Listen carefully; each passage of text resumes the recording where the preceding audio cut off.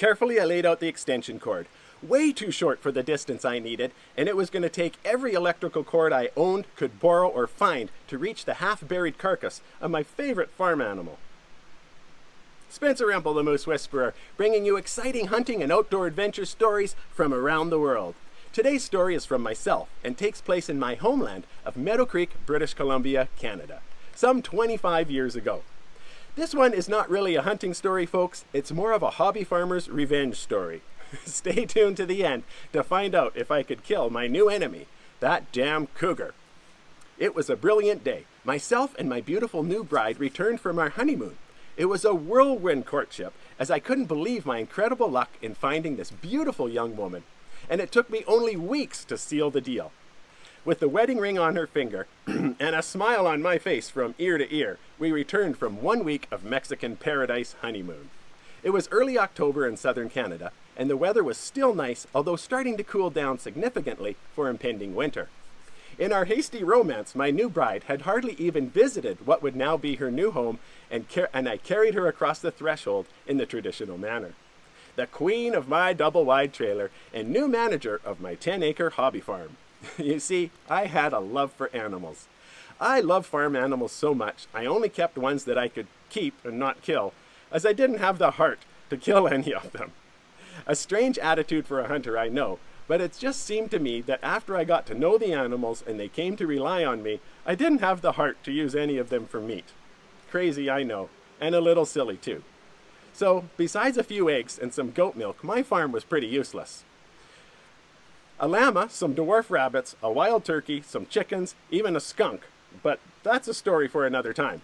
And my favorite pet of all, Sunshine, a white-haired milking goat.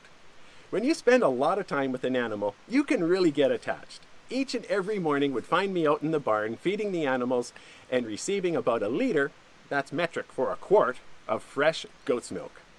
Now, goats can be difficult, but Sunshine had a beautiful temperament and disposition. She would run into the stall, eager for some grain as a treat. Calmly she would stand there chewing and watching me as I milked her, and I would sing her a rendition of "You Are My Sunshine." You are my sunshine, my only sunshine. You make me happy when skies are gray.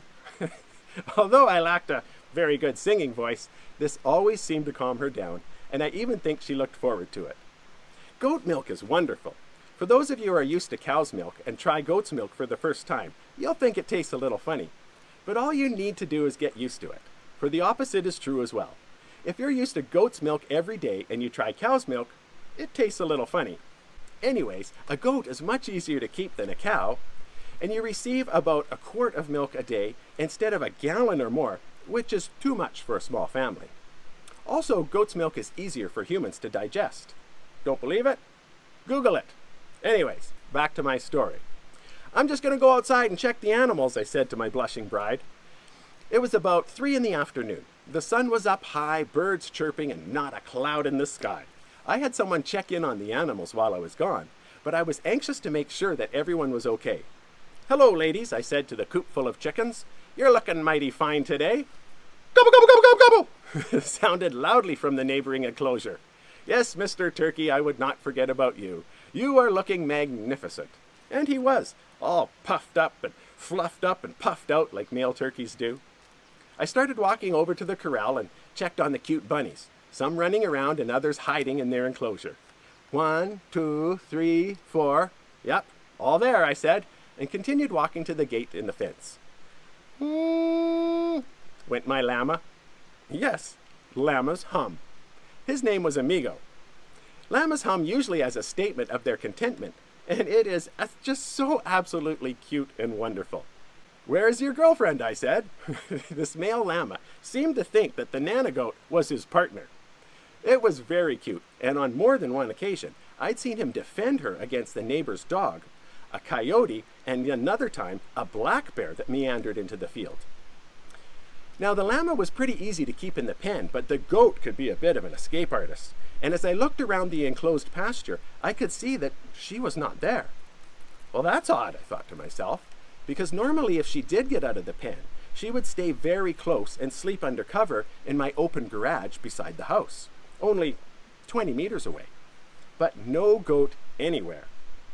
Okay, this is really strange, I thought to myself, and started looking everywhere, wanting to solve this mystery. I even performed the most faithful and perfect goat call known to man. Wondering what that is? It's easy. Just take a metal bucket and put 2 cups of oats in it. Then bang the side of the bucket while shuffling it around and yelling, "Here, Nana Goat!" Now, that will bring that goat coming right now. In fact, there's nothing that could hold back or stop a goat once it knows there's oats in the bucket. Oats to a goat is like heroin to a junkie. They'll do anything for it, and they want it now. But no goat anywhere. Went the llama, asking for his share of oats. "Don't worry," I said. "You'll get yours soon. But let's find Sunshine first." By this time, I knew something was wrong, and I started looking for tracks. The ground was hard, and we haven't had rain yet in over a week, so I wasn't having any luck. Up and down the long driveway I searched. Finally, right in front of my garage, I seen a couple of hoof prints, a lot of scratches, and a bit of white goat hair. Oh boy, this is not looking good, as I suspected some wild predator had come and killed her. With no blood or other pieces around, I surmised it must have been a bear or cougar to be strong enough to carry her away.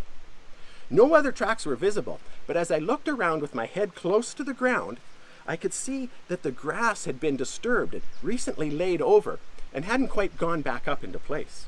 "Ha-ha," I thought. "Looks like they may have went this direction." It was about 120 meters to the bush line, and that's where I found her. Or most of her anyways. The remains half buried in the dirt, my heart sank, and to tell you the truth, my eyes filled with tears. But, like most men, that didn't last long, as anger and revenge soon flooded in to take the place of sorrow. I was pretty sure it was a cougar, my thinking being that a bear would have probably carried it further away.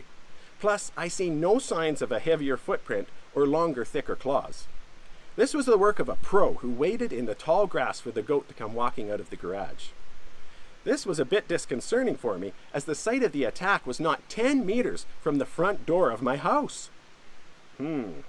This was not going to go over well with the wife either, I imagined, and I didn't want her feeling her new home was unsafe. So for her sake, and to avenge the death of my favorite goat, I would kill this SOB. Obviously, that cougar was going to come back tonight to finish off the rest of the goat, so its carcass was the perfect bait. Only thing is, there is no way that cougar's going to come out in the daytime. For sure he's going to wait until the darkest of night before devouring the rest of his kill.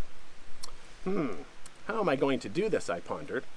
First, I thought I'd make a blind close to the carcass, and stay in that blind all night with rifle in one hand and flashlight in the other. After more consideration, I figured out that wouldn't work, as the cagey cougar would most likely not approach if it sensed anything different or off. Plus, I really didn't want to leave my new bride in marriage bed that evening. Revenge or love? It was a toss-up, and in the end, I figured I could have both. I formulated a plan. What could be a perfect and foolproof plan? First, I would run 120 yards of extension cord from my house to the carcass with a nice big set of halogen spotlights. Now that will light it up, I thought. Of course, the cougar would never approach with the lights on. I would have to wait until he arrived and started eating and then turn them on. Now, generally animals are surprised by sudden light and will freeze in their tracks, even if just for a few moments. And that would give me the time to make the shot from my bedroom window. But how will I know when the cougar arrives? Time for the second part of my foolproof plan. I had an old farm dog named Shadow. He was medium age, medium size, probably a cross between a pointer and a collie. A sweet and mild-tempered dog who was good at barking anytime someone or something came onto our property. Just leaving the dog outside would not be enough. At that distance, he may not hear the stealthy cougar. All right, I got it. I drove a stake between my house and the carcass and would tie the dog up there, about 70 meters from where the cougar would approach. Heading back to the house, I figured I could still enjoy my evening there. I placed my rifle by my bedroom window, and the end of the extension cord was there, ready to be plugged in. I figured after the evening's activities, we would go to sleep and the dog would do the waiting. That evening, as it was starting to get dark, I headed out to tie up the dog. I could see it all play out in my mind. Sleeping peacefully, I'm awakened by my faithful, trusty dog. Roar, roar, roar! Would see me jump out of bed, grabbing the rifle in one hand, the extension cord in the other. I would plug in the 500 watts of light. The cougar would stare, blinded, in wonder of how the sun could come up so fast. All I would need is that 5 to 10 seconds of his hesitation. And with my trusty 243 out the window, using the ledge as a rest, I would blow that sucker's head off. Oh, you're gonna pay tonight. Ha ha ha ha ha. I let out a maniacal laugh out loud. Revenge shall be mine, I thought. And as I walked back to the house, I noticed a few clouds moving in. Well, lying in my bed about midnight, I drifted off to peaceful sleep. Suddenly, I opened my eyes to daylight and the sound of rain. What? It's morning, I thought? No way. How did I sleep through? I put my clothes on and rushed outside to see what was going on. There was my dog, sleeping on the doorstep with about 3 feet of chewed-off rope hanging from his collar. I guess the clouds had moved in and it started to rain. Uncomfortableness and probably his own fear drove the dog to chew his rope in half and abandon his post. Son of a gun, why didn't I use a chain, I thought, and cursed myself that I didn't foresee this happening.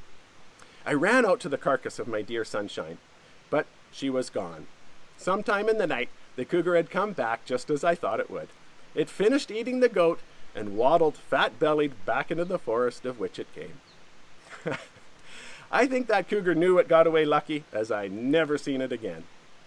My tale of sorrow and misfortune spread through town, and my best friend Dave gave me one of his goats, a beautiful, sweet, tan and white Nubian milk goat I named Princess.